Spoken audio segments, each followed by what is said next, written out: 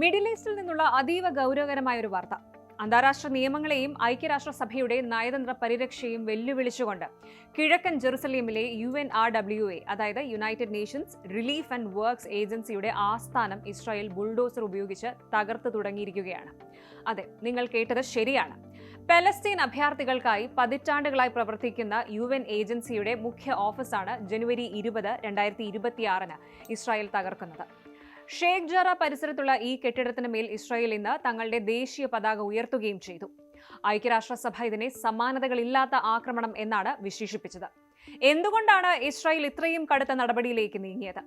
UN ഏജൻസിയെ നിരോധിച്ചതിന് പിന്നിലെ രാഷ്ട്രീയം എന്താണ്? പരിശോധിക്കാം. ഇന്ന് രാവിലെ 7 മണിയോടെയാണ് ഇസ്രായേൽ സൈന്യത്തിന്റെ അകമ്പടിയോടെ ബുൾഡോസറുകൾ ഷേഖ് ജറയിലെ UNRWA ആസ്ഥാനത്തെത്തിയത്.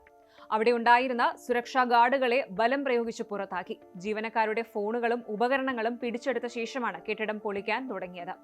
പലസ്തീൻ അഭയാർത്ഥികൾക്കുള്ള സഹായങ്ങൾ സൂക്ഷിച്ചിരുന്ന ഗോഡൌണുകളും ഓഫീസുകളുമാണ് പ്രധാനമായും തകർക്കപ്പെട്ടത്. ഇസ്രായേലിന്റെ തീവ്ര വലതുപക്ഷ മന്ത്രിയായ ഇറ്റമർ ബെൻ-ഗ്വിർ നേരിട്ടെത്തിയാണ് ഈ നടപടിക്ക് നേതൃത്വം നൽകിയത്. ഇതൊരു ചരിത്രപരമായ ദിവസമാണെന്നും ഭീകരവാദത്തെ പിന്തുണയ്ക്കുന്നവരെ പുറത്താക്കിയെന്നും അദ്ദേഹം പരസ്യമായി പ്രഖ്യാപിച്ചു. എന്തുകൊണ്ടാണ് ഒരു UN ഏജൻസിക്കെതിരെ ഇസ്രായേൽ ഇത്ര കടുത്ത നടപടിയെടുക്കുന്നത്? ഇതിന് പ്രധാനമായും 3 കാരണങ്ങളാണ് ഇസ്രായേൽ പറയുന്നത്. 1. ഭീകരവാദ ബന്ധം. ഒക്ടോബർ 7 നടന്ന ഹമാസ് ആക്രമണത്തിൽ UNRWA ജീവനക്കാർ പങ്കെടുത്തു എന്നാണ് ഇസ്രായേലിന്റെ പ്രധാന ആരോപണം. UN കേന്ദ്രങ്ങൾ ഹമാസ് ഒളിത്താവളങ്ങളായി ഉപയോഗിക്കുന്നുവെന്നും അവർ വാദിക്കുന്നുണ്ട്. ഇനി രണ്ടാമത്തേത് പുതിയ നിയമം, അതായത് ദി ബാൻ എന്ന് പറയാം. 2024 ഒക്ടോബറിൽ ഇസ്രായേൽ പാർലമെന്റ് ഒരു നിയമം പാസാക്കിയിരുന്നു. ഇസ്രായേലിന്റെ നിയന്ത്രണത്തിലുള്ള പ്രദേശങ്ങളിൽ UNRWA പ്രവർത്തിക്കുന്നത് ഇത് നിരോധിക്കുന്നു.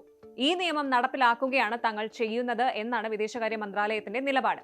ഇനി മൂന്നാമത്തെ കാര്യം ടാക്സ് കുടിശ്ശികയാണ്. അതായത് ജെറുസലേം മുനിസിപ്പാലിറ്റി UNRWAക്കെതിരെ 11 മില്യൺ ഷെക്കൽ, ഏകദേശം $3.4 മില്യൺ പ്രോപ്പർട്ടി ടാക്സ് കുടിശ്ശിക ആരോപിച്ചിട്ടുണ്ട് എന്നതാണ്. എന്നാൽ തങ്ങൾക്ക് നയതന്ത്ര പരിരക്ഷയുള്ളതിനാൽ നികുതി നൽകേണ്ടതില്ലെന്ന് UN വ്യക്തമാക്കുന്നു. ഈ നടപടിയെ കടുത്ത ഭാഷയിലാണ് UN ഏജൻസി മേധാവി ഫിലിപ്പ് ലസാറിനെ വിമർശിച്ചത്. ഇത് അന്താരാഷ്ട്ര നിയമങ്ങളുടെ പരസ്യമായ ലംഘനമാണ്. ഇന്ന് UNRWAക്ക് സംഭവിച്ചത് നാളെ മറ്റേതൊരു അന്താരാഷ്ട്ര സംഘടനയ്ക്കും സംഭവിക്കാമെന്നും അദ്ദേഹം മുന്നറിയിപ്പ് നൽകി.